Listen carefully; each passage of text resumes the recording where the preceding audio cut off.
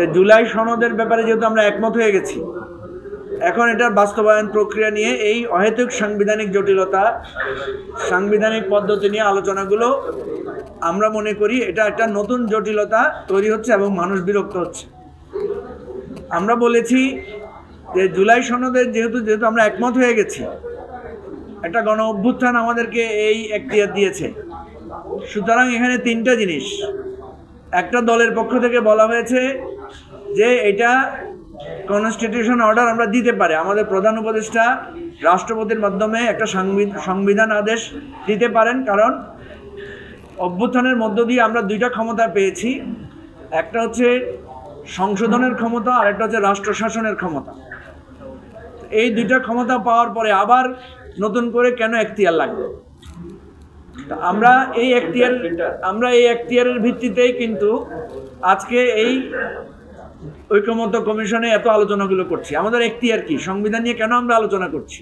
জুলাই সনদ আমরা কেন তৈরি করছি? এই ক্ষমতা আমাদেরকে কে দিল? এই ক্ষমতাটা দিয়েছে গণ অভ্যুত্থান।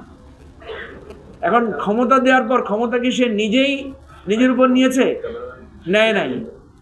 নেয়ার জন্য সে একটা সুপ্রিম কোর্টের একটা রেফারেন্স নিয়েছে 106-এ। সুতরাং এখানে এখন বৈধ হয়েছে কি অবৈধ হয়েছে এইগুলোর বিতর্ক অহেতুক তোলা যাবে। তো বাস্তবতা হচ্ছে যেই সরকার পালিয়ে গেছে, অবৈধ সরকার, সেটা কিন্তু সাংবিধানিক ভিত্তিতে পরিবর্তনটা হয় নাই। আমাদের ব্যারিস্টার সানি স্পষ্ট করে বলেছেন যে গণ অভ্যুত্থান ইটসেলফ এটা কনস্টিটিউশনাল ফ্রেমওয়ার্ককে ব্রেক করে জনগণের ইচ্ছাকেই আমরা এখানে প্রতিষ্ঠিত করেছি। ফলে এখানে দুইটা বিতর্ক। একটা হচ্ছে আমি কি এই জনগণের ক্ষমতা পেয়েই সব কিছু করতে পারবো?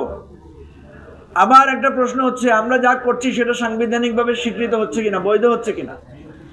এই জন্য আমরা এবি পার্টির পক্ষ থেকে একটা সমঝোতা প্রস্তাব দিয়েছি যে যেহেতু আমরা বলছি যে আমরা একটা কনস্টিটিউশন পাওয়ার অ্যান্ড অ্যামেন্ড পাওয়ার পেয়েছি, সেই ভিত্তিতে প্রধান উপদেষ্টা আমাদের এই জুলাই সনদটাকে উনি একটা আদেশ আকারে, অর্ডার আকারে এটা জারি করতে পারেন।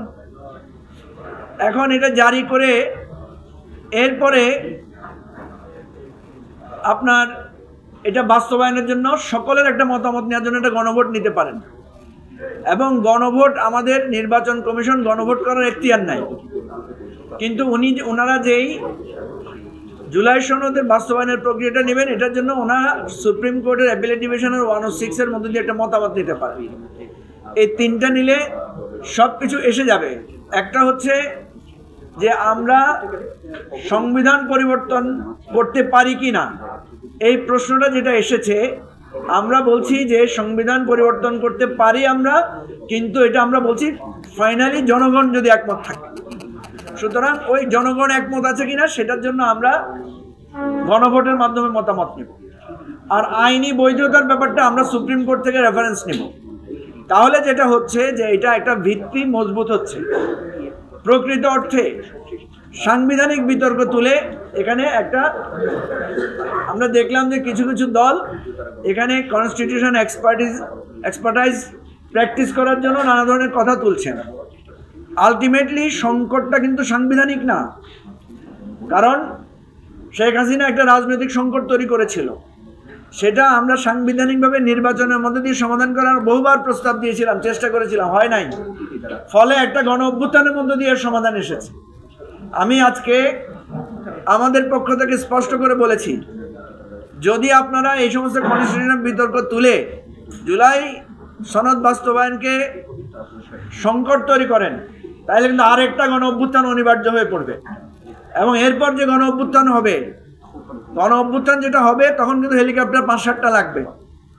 কারণ নতুন গণ অভ্যুত্থানে আমাদের কাউকে কিন্তু ছাড় দিবে না, বলবে যে আপনারা বসে বসে এখানে খালি কনস্টিটিউশন বিতর্ক তুলছেন, রাষ্ট্র কি অবস্থায় আছে, আমাদের দেশ কি অবস্থায় আছে। সুতরাং আমি এই কথাটাও বলেছি যে আপনারা যদি এখান থেকে সমাধান বের না করেন, তাহলে আরেকটা গণ অভ্যুত্থানের জন্য আমাদেরকে ডাক দিতে হবে, এবং সেই গণ অভ্যুত্থান অনিবার্য হয়ে পড়বে। তখন কিন্তু কেউ আমরা এখানে পালানোর পথ পাবো না। সুতরাং আমরা আজকে এই কথা সুস্পষ্ট করে বলতে চাই, সেটা হচ্ছে সামনে যে নির্বাচনের প্রস্তুতি চলছে সেই নির্বাচনের এখনও আমরা দেখছি মানুষের কাছে আমরা ভোট চাইতে গেলে মানুষ জিজ্ঞেস করে ভাই ইলেকশন আদৌ হবে তো। সুতরাং এই অনৈক্য এবং সাংবিধানিক বিতর্ক বাদ দিয়ে আমরা যে এতদিন ধরে যে চেষ্টাটা করেছে, যে জুলাই সনদটা তৈরি হয়েছে, এখানে আরেকটা সমস্যা আছে, সেটা হচ্ছে কিছু কিছু বিষয়ে নোট অফ ডিসেন্ট আছে।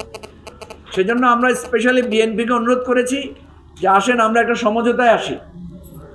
আপনারা যে কিছু বিষয়ে নোট অফ ডিসেন্ট দিয়েছেন, কিছু নোট অফ ডিসেন্ট আপনারা প্রত্যাহার করে নেন যেগুলো ভাইটাল। যেমন একটি আমরা বলেছি যে আপনারা যদি উচ্চকক্ষে পিআর এটাতে মানে সম্মত হন তাহলে ভালো হয়, আর যদি উচ্চকক্ষে পিআর আপনারা না মানেন তাহলে আমরা উচ্চকক্ষটাই আমরা বলবো যে উচ্চকক্ষ থাকার কোনো দরকার নাই। তো আমাদের অনুরোধ থাকবে যে বিএনপি কিছু ছাড় দিয়ে তার যেই নোট অফ ডিসেন্টগুলো দিয়েছিল সেগুলো প্রত্যাহার করবে, আর কিছু বিষয় যদি নোট অফ ডিসেন্ট যৌক্তিক থাকে সেগুলো আমরা মেনে নিব। তারপরও সকলের ঐকমত্যের ভিত্তিতে আমরা জুলাই সনদটা তৈরি করব এবং এটা কনস্টিটিউশন অর্ডার 106 এবং তারপরে গণভোটের মধ্য দিয়ে একই দিনে নির্বাচন এবং গণভোটের মধ্য দিয়ে এটাকে আমরা একটা শক্ত সাংবিধানিক এবং রাজনৈতিক ভিত্তিটা আমরা দিব। এটা ছাড়া আমাদের কাছে আর কোনো বেটার সলিউশন নাই। আমরা আশা করি আমাদের যে ঐকমত্য কমিশন আছেন ওনারা একটা কাছাকাছি সলিউশনে গিয়ে ওনারা একটা কনক্লুশন দিয়ে দিবেন, একটা সিদ্ধান্ত জানিয়ে দিবেন এবং সেই আলোকে একটা গণভোটের মাধ্যমে এটা একটা বৈধতা পাবে। এই হচ্ছে আমাদের অবস্থা। আজকে বৈঠক শেষ হবে কিনা এটা বিকালে সন্ধ্যায় বোঝা যাবে, তবে গণভোটের ব্যাপারে সবাই একমত হয়েছে। এখন জামাত বলছে যে 106 করার দরকার নাই, কনস্টিটিউশন অর্ডার দিতেই পারে। আমরা যুক্তি দিয়েছি যে কনস্টিটিউশন অর্ডার যেই ভিত্তিতে দিবে, যে ক্ষমতা আছে সেই ক্ষমতায় তো সে 106-এর মতামত নিতে পারে।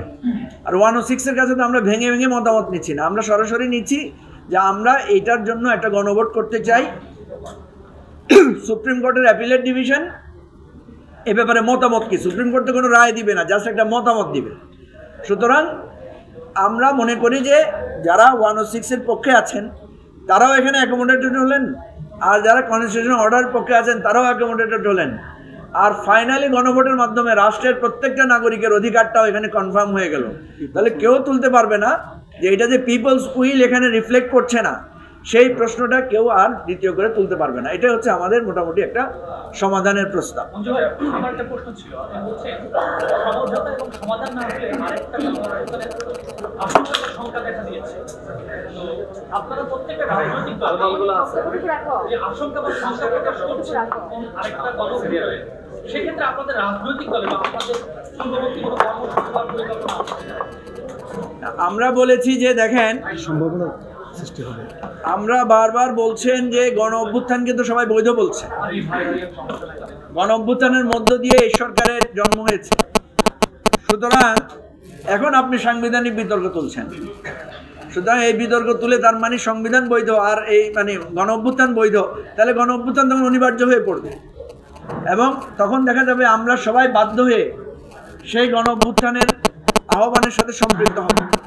আর যারা সম্পৃক্ত হবে না তাদেরকে তো হেলিকপ্টারের টিকিট কাটতে হবে।